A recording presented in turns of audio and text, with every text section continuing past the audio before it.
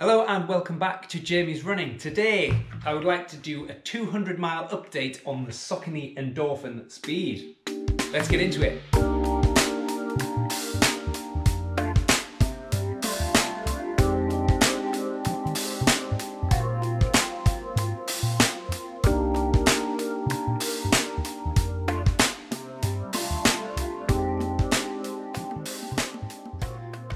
So then, I have now had this shoe for a few months and I recently passed the 200-mile marker. So that's 322 kilometers covered off in the Saucony Endorphin Speed. So what I thought I'd do for the first time is to do a review on how they've performed over that first 200 miles. So I have to start off by saying this shoe has been my absolute favorite for 2020. It has been an awesome shoe. It perhaps doesn't look quite as clean and tidy as it did when I first got it, but that hasn't affected the performance. Now, I had managed to keep them fairly clean up until earlier this week. I was out for a long run. I got caught up in a little bit of a storm and got absolutely soaked. And so, whether you can see there, the upper was all covered in mud. I did try and rinse it off a little bit under the tap, but I think 200 miles in, it's not such a bad thing to have dirty shoes.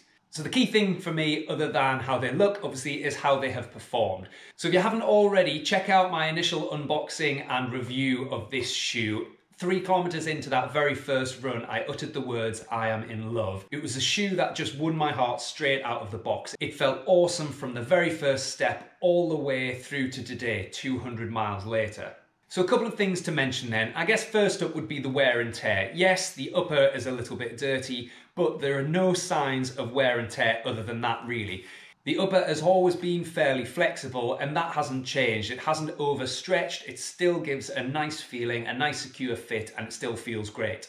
Nothing has started to peel away, none of the branding or anything like that is coming away, everything is still intact. And so with the upper, everything is all good. Now moving on to the midsole, it's still giving me a really nice cushioned ride, but it's also generating that energy return with each step and giving something back. There's not a huge amount of creasing in the midsole either. Let me just put that right in there and see if you can see there's a slight amount of creasing around about this sort of area, but nothing really significant. So yeah, the midsole has continued to feel really great. The nylon plate inside the midsole continues to give that feedback, that energy return. The more you put in, the more you seem to get out. Now moving on to the outsole, and it is largely intact. The only issue that I've got, and I'll show you, is that the lateral side of the outsole has started to wear away. Now I've mentioned it before and I'll mention it again. Now I tend to supinate slightly, particularly when I'm running fast. I have a tendency to scuff the lateral side of my shoes across the floor with each step, and as a result of that I find that I wear through the outsole in a lot of my faster and racing shoes a lot quicker than many other people. And this shoe is no exception. My uses for this shoe, I use it for short, faster runs, I use it for long, easy, steady-ish runs, and I use it for a little bit of everything in between, particularly speed sessions where I'm doing 1 kilometer intervals or the Monaghetti fartlek, and lots of things like that, where I'm doing a lot of variation of pace within a single run, transitioning from the slow, easy pace up to the faster pace, back down, up to race pace, back down, up to threshold pace, whatever it is. I'm doing a lot of those types of runs in this shoe. The shoe is absolutely fantastic at performing on those runs. I find it really, really easy to transition. The acceleration has been no problem whatsoever. The shoe responds really well to the extra energy that you're putting into it. And so it's a fantastic shoe for those types of runs. My only issue is when I'm doing those types of runs, I am putting a little bit more pressure on that lateral side of the outsole.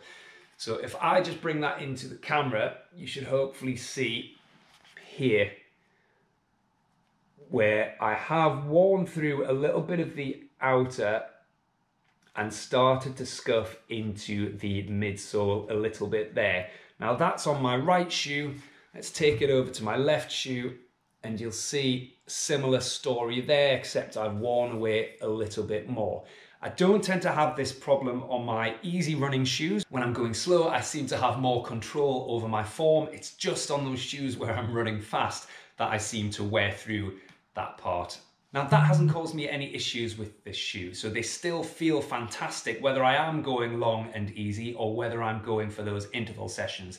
It's a shoe that I continue to opt for on those speed days. Now, other than that lateral side, the remainder of the outsole looks pretty much untouched. And given that the 200 miles that I've put into these shoes so far have been at a fairly decent effort, I think that's great. Now, the one slight issue that I have had, and this was more down to my own mistake than anything else, I was wearing some grip socks. So if you don't know what grip socks are, they are socks that have got sort of rubbery bubbles on the bottom of them to stop your foot from sliding around inside a shoe. And because those socks are so grippy, without pretty much taking the laces out of a shoe altogether, they're quite difficult to get on. It's hard to slide your foot in because the grips get stuck on the insole. And that's exactly what happened to me. I really tried to force my foot into the shoe without loosening the laces enough. And what's happened is I think I've moved the insole slightly and then it sort of stuck back down. So when I'm walking in the shoe, it doesn't affect me when I'm running, but when I'm walking, I do feel like there's a little bit of a gap around the back of my heel on where the insole is, and it's just ever so slightly uncomfortable. Now, that's not something that Saucony did wrong, it's something that I did wrong. In my impatient state, I didn't loosen the laces enough and tried to force the shoe on, and so I learned a valuable lesson from that. Take your time. So perhaps another thing to mention is the exposed midsole on the bottom is still intact. There is no signs of wear there whatsoever in this sort of area. Still looking good, still performing well. Now, I've had zero issues with these laces, which is fantastic. On the Pegasus 37 Shield review I put out recently, the laces came undone when I tried to put in a little bit of effort. These laces are slightly ribbed, and I don't think there's been one occasion where they've come undone during the run, which is good given the mix of running that I've been doing in this shoe.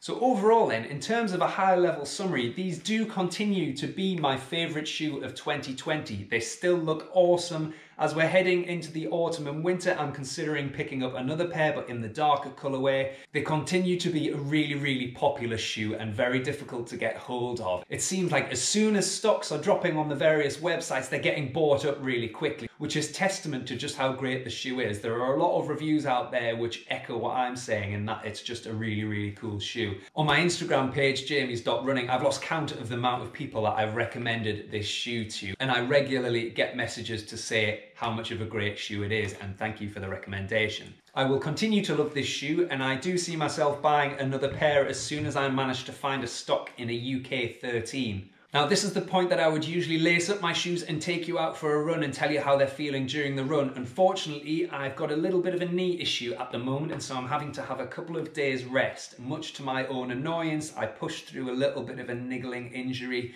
and would you know, it got a little bit worse, and so I'm now having to rest up for a few days. So I won't be taking you out on the roads today, which is a little bit of a shame, but never mind.